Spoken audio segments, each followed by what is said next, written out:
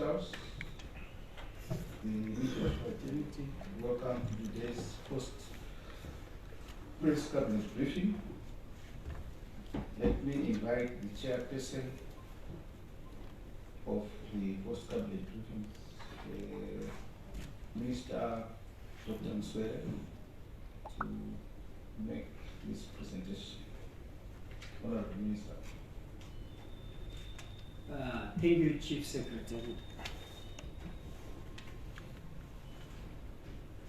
Thank you, members of the Fourth Estate, for your commitment to national duty. Cabinet received and noted an update on the 2023-2024 summer crops marketing food security outlook to March 2025 cereals plan as presented by the Minister of Lands, Agriculture, Fisheries, Water and Rural Development, Honorable Dr. A.J. Masuka. Maize and traditional grains intake at the Grain Marketing Board for the season is estimated at 210,000 metric tons, based mainly on the projected 150,000 metric tons deliveries from ADA and 60,000 metric tons deliveries from the Agricultural Finance Corporation contracted farmers. To date, the Grain Marketing Board grain intake is at 9,290. The projected wheat intake is also 300,000 metric tons, largely based on the 60,000 hectares funded under the ADA facility. The private sector has, since the commencement of the grain marketing season on the 1st of April 2024, imported about 168,000 metric tons of maize, as well as 17,000 metric tons of wheat, giving us a cumulative total of 185,000 metric tons of grains. To boost maize reserves, the private sector has indicated a capacity to import 1 million metric tons as part of efforts to mitigate the effects of the drought experienced during the 2023 to 2024 agricultural season. Maize imports of 300,000 metric tons by the government of Zimbabwe is expected to start arriving this month. To date, the government of Zimbabwe has dispatched 53,826 metric tons of grain under the Social Welfare Program. The cotton marketing season commenced on the 6th of June 2024 and will end on the 6th of July 2024. The 8 registered contractors, namely Alliance Ginaries, Agri Value Chain, Kotco, Innovation Kotco, New Cotton Company, Shawash Agri, Southern Cotton Company, and the Zimbabwe Cotton Consortium will only be allowed to buy seed cotton once they've finished paying farmers for deliveries made in the last season, and when all grade differential payments have been made. There are 647 common buying points across the country, and the minimum seed cotton prices are 43 cents US per kg. A total of 203.3 million kgs of tobacco had been sold as of the 20th of June 2024 at an average price of US $3.46 per kg this season, when 270 million kilograms were sold at the average price of US $3.01 per kg. The price of tobacco at auction floors increased by 25% from US $2.89 per kg. At contract floors, The price also increased by 15% from US $3 per kg in 2023 to $3.45 per kg in the year 2024, with 38% of the tobacco marketed in 2024 having been traded through decentralized sales flows. It is also worth noting that about 86 million kilograms of tobacco have been exported at an average price of US $5.57 per kg, compared to 69 million kilograms exported during the same period in 2023 at an average price of US $5.37 per kg, whereas a cumulative 59% of the tobacco exports have been to the Far East, largely China. In terms of the winter season production plan, the nation is advised that to date a total of 6,449 hectares of barley have been planted against a target of 7,000 hectares, from which the projected harvest is 42,000 metric tons. The wheat planting deadline was 14 June 2024, and 121,982 hectares had been planted, surpassing the targeted area of 120,000 hectares by 2%.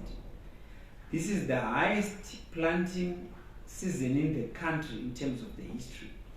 Cabinet would also like to highlight that 16 wheat production enablers, which include power, water, seed, fertilizer, fuel, farmers' outstanding payments, finance, coordination, monitoring and evaluation, migratory pests, mechanization, chemicals, insurance, land, infrastructure, security, and policy and the regulatory environment are being tracked on a weekly basis in order to ensure that productivity is maximized. To that end, wheat farmers clusters have been submitted to ZESA and ZINO for ring-fencing of electricity and water in the major wheat growing districts. Cabinet received and noted a report on the food deficit mitigation strategy and urban transfer program as presented by the Minister of Public Service, Labour and Social Welfare, Honorable July Moyo. There has been a significant improvement in the distribution of grains throughout the country from the previous week. As at 22 June 2024, a total of 46,494.52 metric tons of grain had been distributed, with beneficiaries receiving a 3-month allocation. The distribution of grain for the vulnerable and food insecure people by province, beginning in terms of the blitz from the May 2024, is as follows: Manicaland 6,894 metric tons, Mashonaland Central 5,524, Mashonaland East 4,935, Mashonaland West 5,790, Mashingo 9,149, Matabeleland North 2,827, Matabeleland South 4,542, Midlands 6,926. Regarding the Zundera Mambo, a total of 2,588 metric tons had been collected to date across all provinces. And we would like to highlight that all provinces have met the urban population that will receive the cash under the Urban Cash for Cereal program, and disbursement will commence in the near future. Cabinet received and approved an update on the proposed privatization of the Harare Waste Management as presented by the Minister of Local Government and Public Works, Honorable Daniel Garwe. Would like to highlight that in terms of the second and third schedules of the Urban Councils Act, Harare City Council is obliged to remove and treat effluent, refuse and human waste within a council area.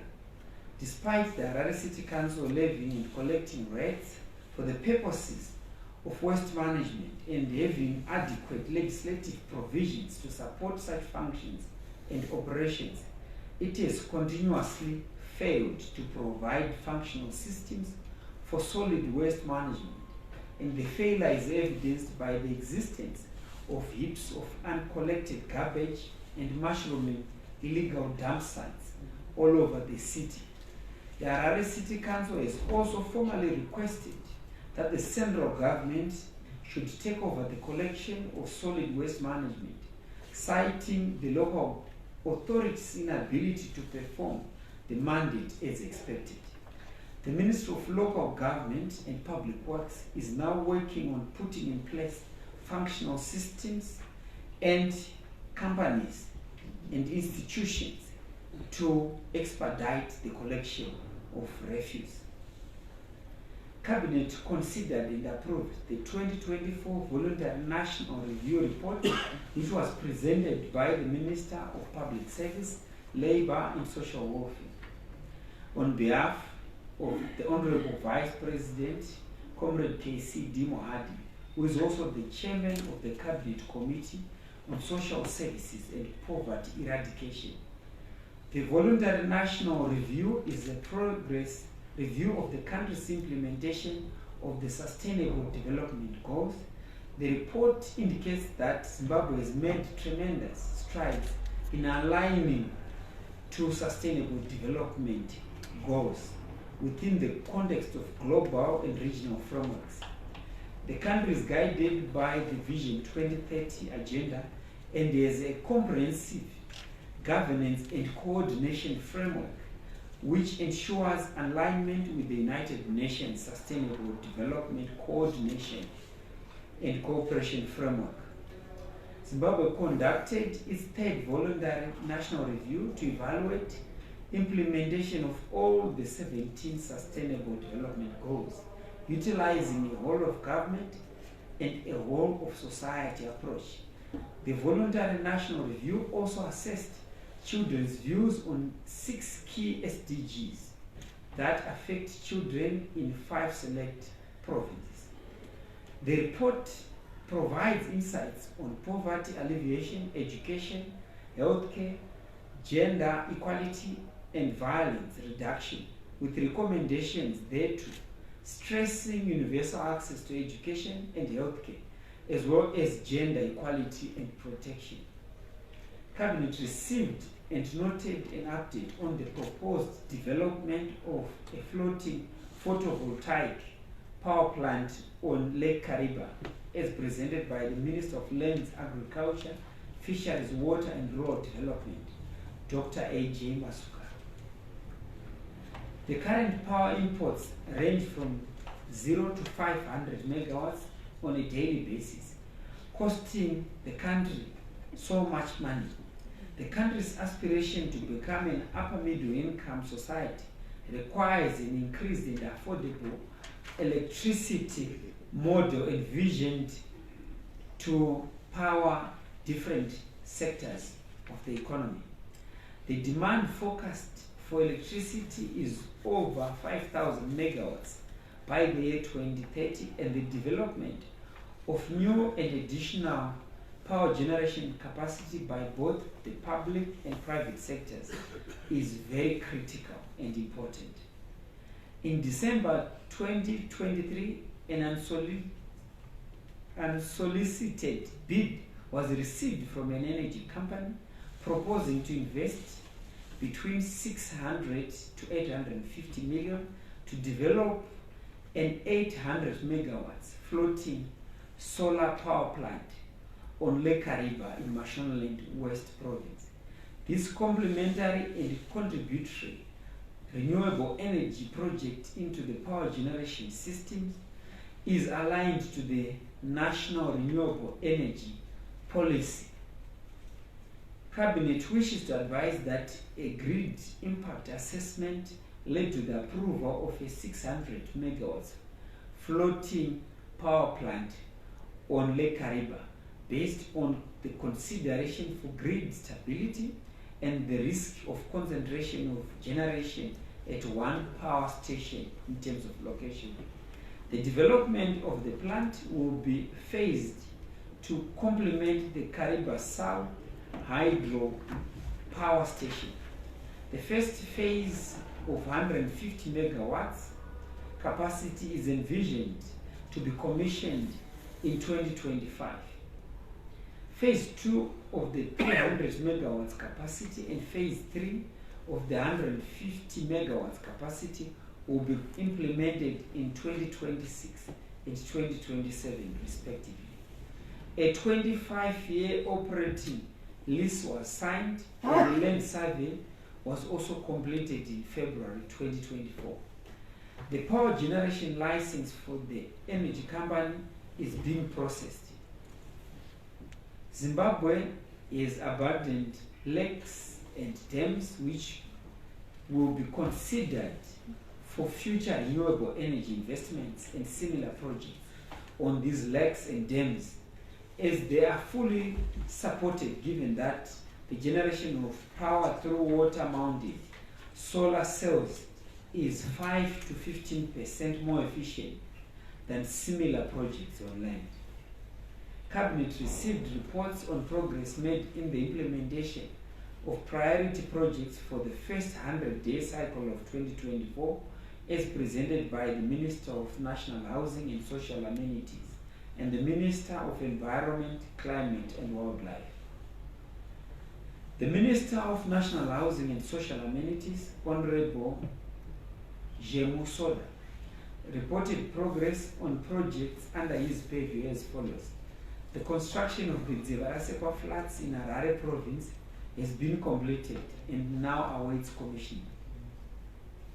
The construction of the Marondera flats in Mashonaland East province is at 90% in terms of completion. The construction of civil servants' houses at Lupani in Matabeleland North has been completed and an application for electricity connection has been initiated. The regularization of informal stands at Lupani in Matabeleland North is at 65% in terms of completion. The construction of 17 core houses and ablution facilities at Binga Housing Project is 100% complete. Construction of 4x4 story build blocks of flats and a waiting mother shelter at Uzumba Maramba Pfungo in Mashonaland East is ongoing. The construction of the Dzivarasekwa civil works has been completed. The redevelopment of stalled buildings at Byte Bridge is at 61% in terms of completion. The Bluffview project involving the construction of cluster houses and facilitated by the ministry is expected to be completed by June 2024. The servicing of residential stands at Hopevale in Bulawayo has been completed, and the servicing of 24 residential stands at Old Windsor in Roa has been completed. The Minister of Environment, Climate and Wildlife, Honorable Dr. Stembis Onyun, reported progress on projects under her purview as follows. That seedlings were distributed to local communities and planted in Mavuradona Wilderness in Mashonaland Central Province. That many people were trained in beekeeping and beehive making and honey processing in Mashonaland Central Province. That the construction of a one-stop pavilion for wildlife information and services is now at 65% in terms of completion. That the identification and demarcation of the Mavangwe Hills as a protected forest within the communal land in Buhera district has been completed, and that the construction of 2 classroom blocks at Gonarejo in Chirezi district, Mashingo, by Zimpax as a corporate social responsibility is at 85% in terms of completion. Cabinet received an update on the Southern African Development Community Charter establishing Women in Science, Engineering and Technology Organization as presented by the Attorney General, Honorable V. Mabiza. Cabinet would like to advise that the SADC Charter on Women in Science, Engineering and Technology Organization was approved by SADC member states in 2017 and entered into force in September 2022, following its signing by 11 member states. The Charter provides a legal and institutional framework for the establishment of SADC Women in Science, Engineering and Technology Organization, and it governs the cooperation between SADC member states in the promotion of women in science, engineering and technology. Over the years, attempts to encourage women and girls' participation in science is being promoted in Zimbabwe. And Zimbabwe has also witnessed persistent gender gaps in terms of all levels of science, technology, engineering and mathematics, and has put in place a framework to narrow the gap, and this has been done successfully. On all fronts, the country has made commendable efforts in advancing socio-economic issues and other matters of interest, working in collaboration with other SADC member states. The Southern Africa Development Community on Women in Science, Engineering and Technology Organization Charter will strengthen Zimbabwe's efforts in promoting gender mainstreaming in STEM and consequently bridges the gender gaps for the achievement of gender responsive and inclusive higher and tertiary education, innovation, science and technology development. In this regard, Cabinet approved the signing and ratification of the SADC on Women in Science, Engineering and Technology Organization Charter. Cabinet received a report on His Excellency the President, Dr. Idi Mnangagwa's attendance at the high-level presidential dialogue at the 2024 annual meetings of the African Development Bank, which was presented by the Minister of Industry and Commerce, Honorable N.M. Ndlovu, who is also the Acting Minister of Foreign Affairs and International Trade. His Excellency the President, Dr. Idi Mnangagwa, led a delegation to the 59th annual meetings of the African Development Bank held in Nairobi, Kenya, from the 27th to the 31st of May 2024. The meetings were held under the theme Africa's Transformation, the African Development Bank Group, and the reform of the global financial architecture. The heads of state and government noted the need to address Africa's low growth rates of less than 3% in the majority, which is contributing to high levels of poverty, migration, and suffering by the general populace. The leaders called for the mobilization of resources for Africa by harnessing natural resources, hybrid capital, climate finance, and the construction of green infrastructure. They also called for the reform of the African financial architecture and to strengthen its contribution to the development of the continent. The President, Dr. Idi Mnangagwa, called on Africa to shift focus from over-reliance on former colonial masters for development and harness the potential that lies in beneficiating Africa's natural resources and services provision. Cabinet received a report on the third level international conference on the International Decade for Action, Water for Sustainable Development 2018 to 2028, as reported by the Honorable Vice President, Dr. C.G.D.N. Chiwenga. The Honorable Vice President, Dr. C.G.D.N. Chiwenga, led a delegation to the third high-level international conference on the International Decade for Action, Water for Sustainable Development 2018 to 2028, held from the 10th to the 13th of June 2024 in Tajikistan. The conference was attended by government leaders from 80 countries, United Nations agencies, and the private sector, the academia, women and youth, to promote the implementation of Sustainable Development Goal 6 on clean water and sanitation. The Honorable Vice President Dr. C.G.D.N. Chiwenga delivered a statement during the official opening of the conference and focused on the policy framework put in place by the government of Zimbabwe to advance sustainable and safe water, sanitation and hygiene in Zimbabwe. He highlighted the programs and projects which have been put in place to address water and sanitation challenges. The Honorable Vice President Dr. C.G.D.N. Chiwenga invited participants to partner Zimbabwe in hydropower generation, dam construction, and irrigation development. The Honorable Vice President Dr. C.G.D.N. Chiwenga also held bilateral meetings and discussed issues of mutual interest with the political leadership of Tajikistan, including the President of the Republic of Tajikistan, the Prime Minister, and the Ministers of Agriculture, Industry and New Technologies, and Energy and Water Resources. The Vice President also visited the Nurek hydropower plant that generates up to 3,040 megawatts of electricity, the Tajikistan Aluminium Smelting Company, and the Dushanbe Expo. I thank you. Thank you very much, Minister, for presenting today's cabinet highlights. We now move to the first round of 3 questions.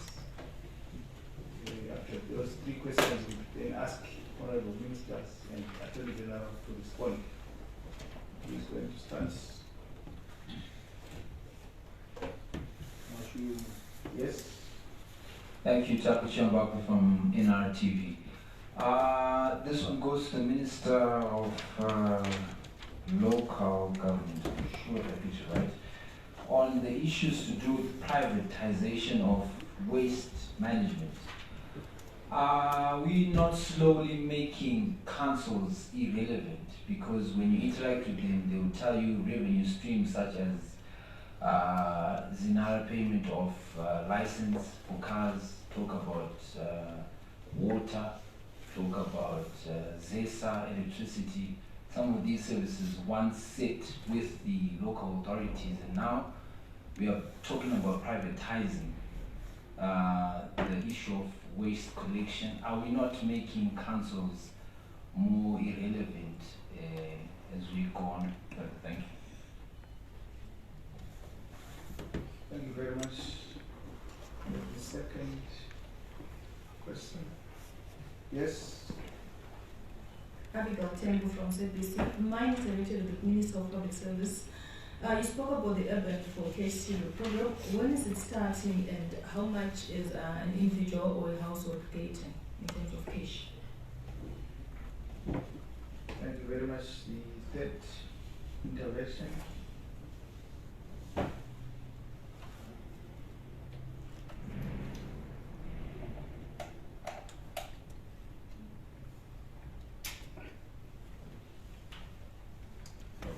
Honorable Minister, can we get responses? Thank you, Chief Secretary. The first question is coming from Taku Chiambako from NRTV. The question is, are we not making councils irrelevant? Over to you, Engineer Garo. Thank you very much, Chairman. Allow me also to thank Mr. Chiambako for the question. I mean, we are all aware, we live in Harare, we are all aware of the situation that is prevailing in the country with respect to non-collection of garbage, with respect to heaps and heaps of garbage mushrooming in any street corner you can imagine. We are also aware of the diseases that are born out of having garbage all over. Cholera is one of them, dysentery is another, and recently we had cholera outbreaks in Harare, in Tunguza, in Buera. But Harare more specifically, this is the capital of Zimbabwe. This is the city of government business. This is the city that accommodates all our embassies. If we now say, are we not making Harare redundant by taking a service which in their own have written to the ministry and come for several meetings saying that they have no capacity anymore, capacity technically and capacity financially to deal with the refuse collection, and now are crying for assistance from the local government. We had to intervene as we speak. You made me aware that 3 weeks ago we launched the Chenesa Harare Phase 2, which we are now collecting as Minister of Local Government, collecting garbage in Harare. This is a stopgap measure, but we are now looking at medium-term to long-term solutions to the problem, because we don't see the council coming from where they are today in terms of service delivery. We then said the everlasting solution is to ensure that we privatize some of the services that council is failing to provide. One such service is the collection of waste, solid waste, to where it's supposed to be collected to. And that's why we've said we now need to put a robust system in place to ensure that Minister of Local Government will then discuss with private sector, engage private sector in various forums and see how best we can put to rest the problem that is ensuing in our city in terms of refuse collection and refuse management. Thank you. The second question is to the Minister of Public Service, Labour and Social Welfare, Comrade July Moyo, on the urban cash transfers. The question is how much per family or per individual? Over to you, Comrade Moyo. Thank you, Honourable Minister, and thank you, Abdul Tembo. The question is in two parts. When we have just been completing the assessment of who deserves to have food in all, or to have cash for food in all the urban areas. This follows the ZIMLAB report that gave us the figures that there are 1.7 million people needing assistance in the urban areas because they are vulnerable because of this El Nino-induced drought. And we have now done our disaggregation, and the national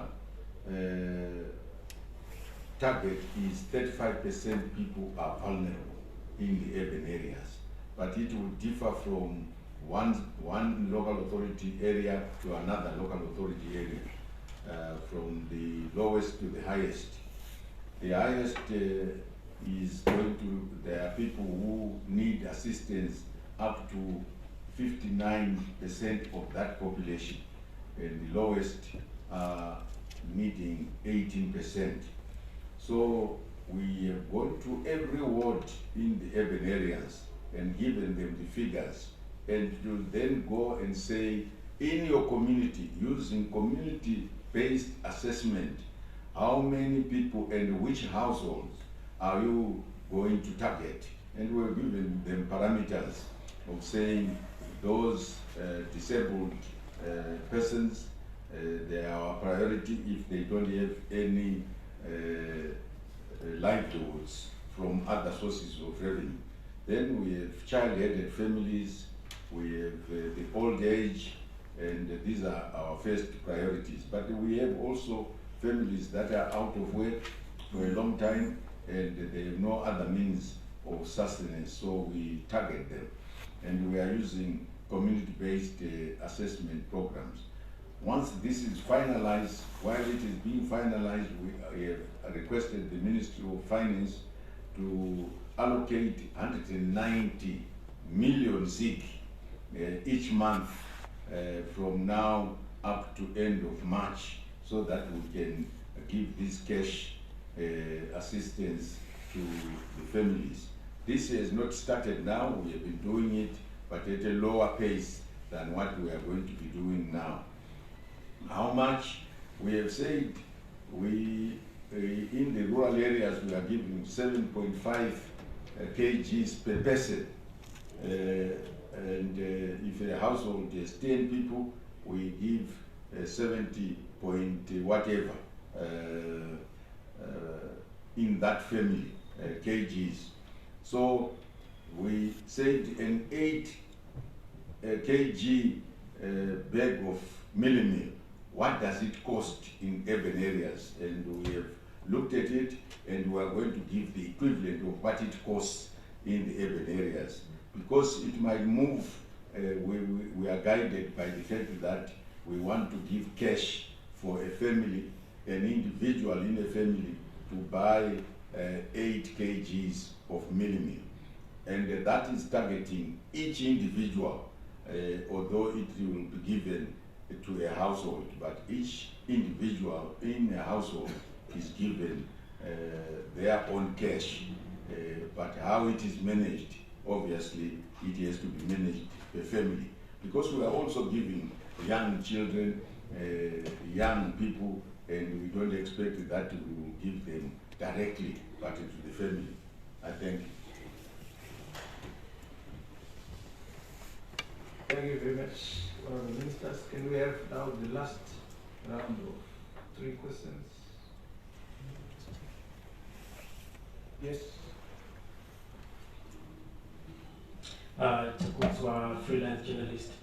My question is directed to the Minister of Local Governance. There was a mention of the Dzivarasekwa floods being completed and commissioned. Last time, the victims of the floods last year, December, you mentioned that you have relocated them to the Dzivarasekwa floods. I just wanted to do a follow-up. That are these people still living there? Firstly, then are there any payment plans that you have set for people who will be living in those floods? Thank you. Any other question?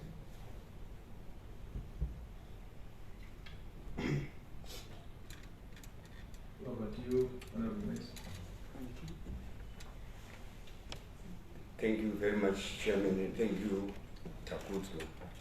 The question was directed to the Minister of National Housing and Social Amenities, who is not here, but I will attempt to answer as a sister ministry. In 2022, beginning of 2023, we had people that were illegally settled along the river banks of some streams in Budiriro, who then suffered severely because of the floods. We then relocated them to safer grounds where they are right now. We were then directed to build flats so that we can accommodate them to safer ground, whilst also servicing some land for others to be relocated and build their houses. The Dzivarasekwa flats are about 64 flat units.